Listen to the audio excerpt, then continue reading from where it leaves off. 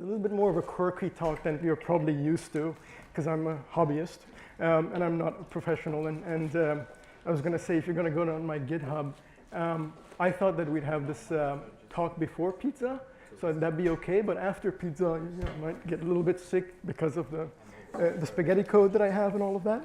And I use Excel, so I think we all have these little tools, and I use this Excel. I always use Excel to keep lists of various things. These are a bunch of web services that provide nodes, hosting node. And the one thing that I always found frustrating about Excel is that it didn't have track changes. And I think I lost the mic, yeah, there.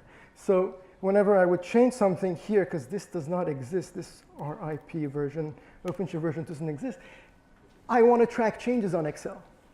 So I went and built this little app that I actually, that I like, which I called Listery, which basically has the same thing. And I have my little table here, and I can change things and put RIP here and save it. And basically, my little Excel sheet has the history of the changes. So I can keep track of them. And I think this is the coolest thing. You guys probably don't.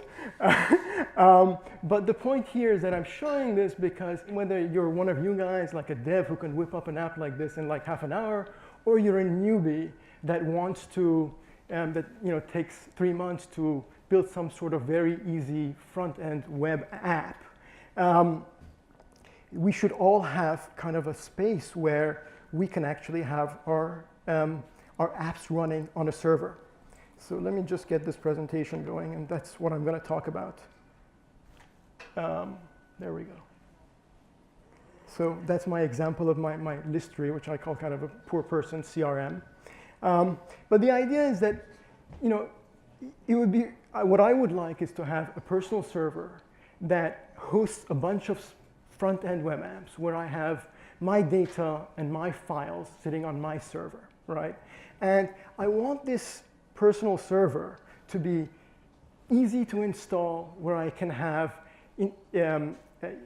where I can easily build apps and install apps and run your apps and my apps. And these are not complex apps with really complex back-end processes. I'm just thinking about, there's a bunch of apps which just need access to a file system and a database. I want to be able to install these really easily, and I don't want to be locked in. And that's important because if I have my personal server and I have my data and my files, if I'm running it on Amazon one day, I want to move it to Google or to Heroku or wherever, and that portability becomes important. And the example is that actually a year ago I signed up for this, to create a node server on AWS, and I had this 1 year free time. Basically, I got this sort of a lot of free server time. And the year ran out, and I started getting billed. And literally, it took me like 5 minutes to take my little freezr server, which I call it, and move it over to Google. Now, from your perspective, you're like, well, yeah, that's easy. You just go and change the DNS text records and stuff like that, and you're done. And this is sort of, I have my own sort of URL, salmanff.com. So from your perspective, that's easy. But if you think about it from a kind of a more of a newbie consumer perspective where people have their own apps, that's like the total opposite of kind of the model that's on the web today, right? Model on the web today, you're kind of there, you have nothing, you have no portability, the web services are out there and they have your data locked up. And a lot of people are talking about this because of Facebook, and I'm not saying these services are bad, these are wonderful services, but I'm just saying it'd be nice if we had our own servers where we had our own data and we had our own apps, and we could actually sort of move things wherever we wanted, and we had full control over our apps, our data, our files. So how do we get there? Obviously, you have to have a personal server. You're going to have to build it on Node, right? Because Node is so cool, and because, most importantly, because it's multi-platform. So you can run it on multiple different service providers. You can have it just local hosted, and you can have it on your own sort of server at home or in the office. So that's really, for me, the great advantage of Node is sort of the multi-platform. And so you can basically host it anywhere. You need a database. I work mostly with MongoDB, again, partly because it's open source and you can have it in different places, but really you'd want to kind of have it be, you'd want your server to be database agnostic effectively, because you don't want necessarily to have complex, or you want to sacrifice the complexity of the database operations for the portability. And that's key. And then you want a file system, and whether it's S3 or Dropbox or what have you. And Dropbox is an interesting one, especially for newbies. You guys probably have never used Dropbox. It's kind of a file system on your back end. And again, from a newbie's perspective, even if you have all of these, and the idea is that, is it possible for a newbie to have all of these set up really easily? Even if you have all of these, you still need something which I call middleware, which I started to build, which is called freezr, which is basically kind of a middleware for allowing you to just build your front-end app and just say, for example, upload file or write to DB, and then everything is taken care of, whether you're running on S3 or on Dropbox, or whether you're running on Mongo or another database. You want that to be abstracted, right? You don't want to deal with that complexity. I mean, you guys want to deal with that complexity, but I'm thinking about kind of newbies or hobbyists sort of having their own servers. So also my criteria for choosing the best backend is probably a little bit different from the way you guys would look at it to some extent, or you guys being developers within a sort of a corporate context, but perhaps not as hobbyists. So looking for a friendly UI, no CLIs, sort of all click, click, click. You don't want lock-in, we talked about that, that's really important. And you want a free tier, sort of you're thinking about consumers and sort of hobbyists effectively. And what happens that a lot of these, as you guys know, a lot of these services are really geared towards professionals like you and not necessarily for hobbyists. So they add a lot of complexity, and they're really looking for you to give you a free tier and then charge you $200 a month, which is nothing for a company, but for a person it tends to be a lot. So these services are geared to that audience and not for a personal server. So you have to kind of hack your way around it effectively to get a personal server that's easy to install. And what I like to say is, like, in the ideal world, the server should be as easy to install as you signing up for GitHub or for Dropbox, right? That's kind of the goal and the ideal. So you want some features like HTTPS if you're putting your own sort of important data on there, what have you, and you want custom domains. So like mine is salmanff.com. So when I switch servers, that domain remains there, and the URLs that I may have are still the same URLs effectively. So I kind of went through a bunch of the different services that offer Node, Mongo, etc. To everyone, and especially the way, and I try to judge them by that criteria, the criteria of this is for somebody who wants this to run as easily as setting up GitHub or Dropbox. So the most interesting for me is Openshift, which is run by Red Hat, which really within 6 clicks you can have a node server running. You sign up, you click sort of the starter, you open console, you name your project, you create project, you browse the catalog. Openshift sort of combines Node.js and MongoDB, so you have that option, you click on it, and you sort of point it to a GitHub repository of your kind of server, your Express, etc., or your freezr, as I call my little server, and you go to next and create, and you have your node server. And that I find is amazing, because it's almost like a consumer experience. You have to do another few clicks, like if you want things like HTTPS and things like that, but really within like 6 to 9 clicks and 2 text boxes, you have a node server running. One of the problems I found with Openshift is that it actually sort of, it works in theory, but I think a lot of these services are really geared towards not the personal server, but really towards the professional person who wants to have a server. So a lot of times actually the Mongo node combination runs into resource constraints, and they're trying to sort of push back and prioritize other constraints. So you have to kind of redeploy, actually get into some technical issues around redeploying the server to get it running. But I'm showing this to you just because the interface is so, I don't know, how many people have used Openshift here? No one, yeah. So the interface is very, very consumer friendly. And if actually one of the interesting things about it is that, so for, a lot of these things are running off of Docker right now. You reboot Docker and you lose effectively your environment if you just have a server running there. And you need a way to actually have persistent environment variables effectively if you're doing it this way, where you're sort of pointing to a public repository to grab the server code. in fact, until like 6 months ago when they weren't on Docker, they provided this amazing experience where literally within the same sort of workflow, within 2 minutes, you had your server running with a file system and a database and with these persistent variables, so you could do whatever you wanted with it. And for me, that was amazing. And then they phased out of it, went on to Docker because it was much cooler and much better oriented towards their corporate customers. But for the newbies and for the hobbyists, there's other alternatives, and Heroku is a great one as well. You basically, have a few clicks, you create the app, you give a name to the app, and what Heroku does, it gives you a few options, but one of the things that it does is that it allows you to actually use Dropbox in order to get your server files deployed onto their servers. And so here, basically, you have, Heroku on your Dropbox, on your Mac or PC, and in the cloud, it creates this sort of like Heroku folder and puts the name of your application, and then you can put whatever node files you want in there, or JavaScript files you want in there for it to sort of deploy the server, and you just basically press deploy and you're done. Though again, in this case, the server shuts down every once in a while because they're limiting free resources effectively, and so you kind of like, you need to sort of copy the environment variables in there effectively so that you can actually have a sort of a persistent environment where you're not sort of resetting everything and every time the thing restarts, which is basically every 2 hours or so. But it's still, you have a server in like 9 clicks or what have you, which I find amazing. But it's only a server. There's no database. And the easiest database setup that I've seen, Mongo setup that I've seen, is mlab, which again is incredibly user-friendly.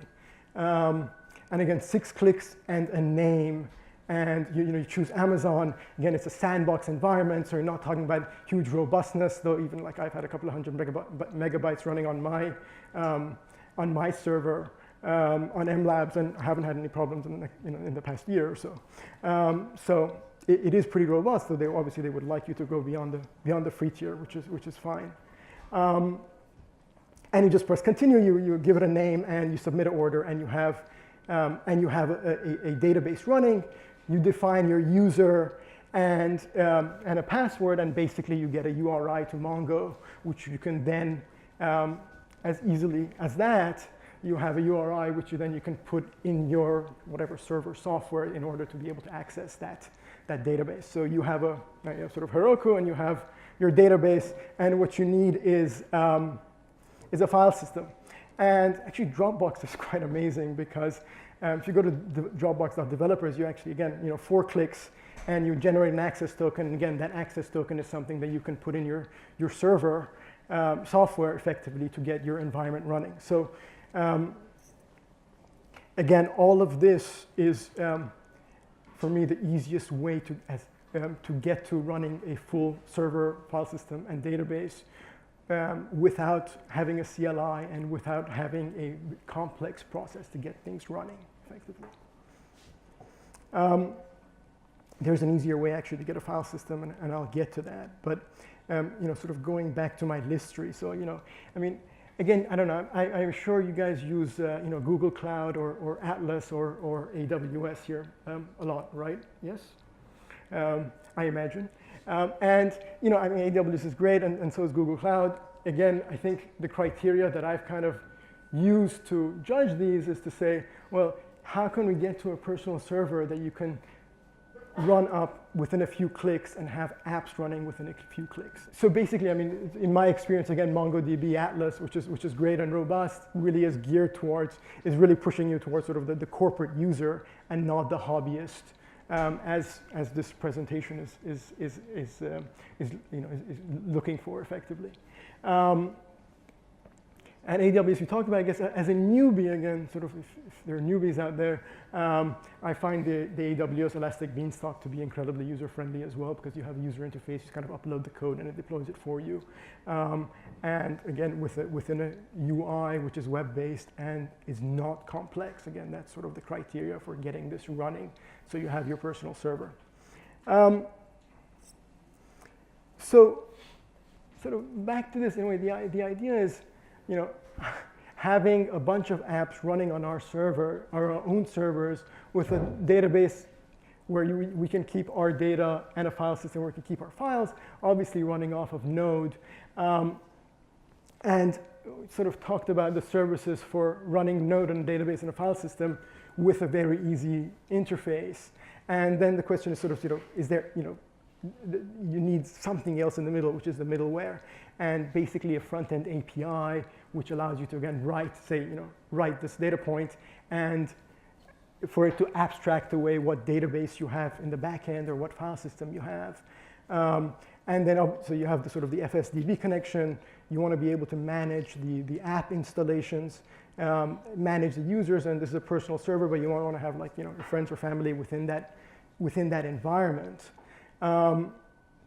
And sort of manage the permissions. I think the idea of having your own personal server with your data on there, with your apps and data on there, is because you want that data to be free for you to have other apps interact with it. So I may have, for example, I built this little sort of browser plugin, which I called ViewLog, which basically sort of logs all your data. And the idea is, you know, Google and your telco provider and everybody seems to follow you and know every website you've ever been to, but the only person who doesn't have that data is you, right?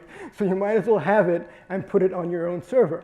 So if you're going to do that, then maybe you're going to have an app that interacts with that data and does something with it, right? So you want to sort of permission that so that these apps can interact and access your data, but within your environment, not within the environment of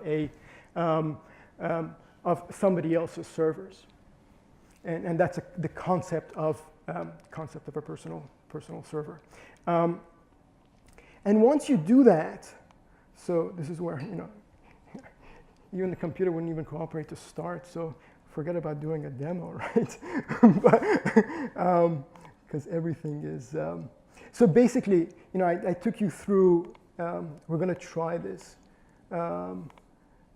So basically, if you've gone through sort of setting up mlabs and setting up your freezr server on Heroku, for example, as this is the case, so you get the sort of, you know, you get your LNUG live, which is the code word for it to crash, .herokuapp.com, and then you say, okay, well, there's no server, there's no database, or there's no file system, so what we're going to do is we're going to have an external database, and I had pre-filled this before it crashed, but basically you take the URI from mlab, and you basically fill in the various little things here, and hopefully I didn't make any typos, and basically you've set up your database. For your external file system, actually sort of, you can also, instead of going to Dropbox.developers, you can actually just have it OAuth effectively. So basically, you authenticate the server, and in your Dropbox, basically, you can have let me just allow this, right? Basically, I've now gotten an access token, and the idea is just you know, Salman FF, my server, just acting as an OAuth provider, and anybody else can actually provide that. So the idea is not to lock in, but to actually have anybody be able to provide an OAuth, so that you can actually now have within your within your Dropbox, right? You now have apps. Basically, you have a freezr app, which you can work with, because you just OAuth that. And under Heroku, you have this LNUG live, which has your system, right? And then you just sort of put in a name and password, and you set, you know, sort of the Dropbox access token is there, and you set parameters, and your server should be running if the world cooperates, right? And you launch freezr, and so basically, with the screenshots that I showed you, and this sort of simple process for having your own, for having the environment variables become persistent, you have a server. And what do you do with this server? So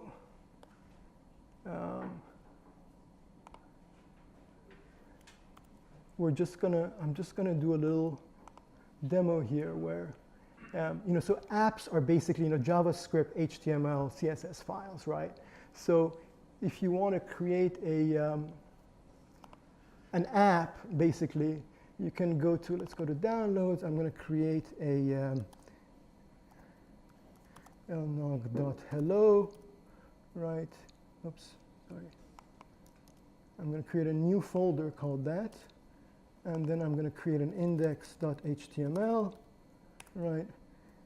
And I'm going to create a little div here, say hello LNUG, and I'm going to name it ID equals hello.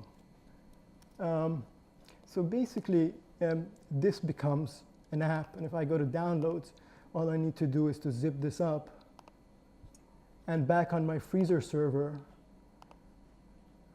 I can go here and just say, OK, so I'm going to take this file and upload it. And that becomes my app. So your app is now installed on Heroku, effectively. And you have your hello world. And what's cool about that, actually, because you have this Dropbox backend, effectively, again, for making things simple, now under under freezr, you actually, under your user apps, you actually have your index.html. So your server environment is replicated via Dropbox on your desktop, effectively, right? And if I can do one more thing, I'm just going to actually, so the other cool thing about doing these apps is actually you can have a Electron app which runs the same code. So this is my note-taking app that I have on my freezr server. So I'm not going to try to type this out live. So basically, obviously, any app like index.html, you can have an, I can go to my Dropbox apps, and I go to my user apps here, and in here I just do index.js. And I copied and pasted this code, basically just, this is the sort of the abstraction or the API that says, hey, write to the database, right? And then just query the database. So it should be that simple for a newbie who just set up a server in 15 minutes. Just write, everything else is abstracted. And now that I put it on my Dropbox, even though I'm live here, right, basically, it's just writing to the database and querying back all the results, showing that, again, trying to make it really easy to have an environment where a newbie or a non-techie can have their own servers, can upload their own apps, whatever that app is, and build their own apps effectively. So around that, there's also, like I said, permissioning, so different apps can access each other's data with your permission. And if I just go to my little conclusions page, so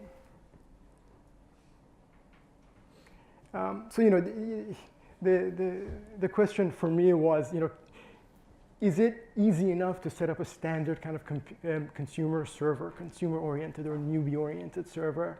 And no, not really, but we're pretty damn close, and that is quite amazing, that a server with your database and file system can be set up basically through the web with a few clicks, right? And a couple of copies and pastes. And if we have that, well, why not have a common middleware, something like freezr? Now, freezr, I'm like a hobbyist. It's a personal project. It's not widely tested. I'm in serious need of your your work there to test this. And it's not elegant code for sure, and it's not really robust. But it's a kind of a start, or maybe a concept, or a start of a concept to say, hey, there is this model out there where we all have our personal servers, just like we have our Macs or PCs, and we have our apps on there, and we own and control that data, we own and control our apps, and we can do whatever we like with them.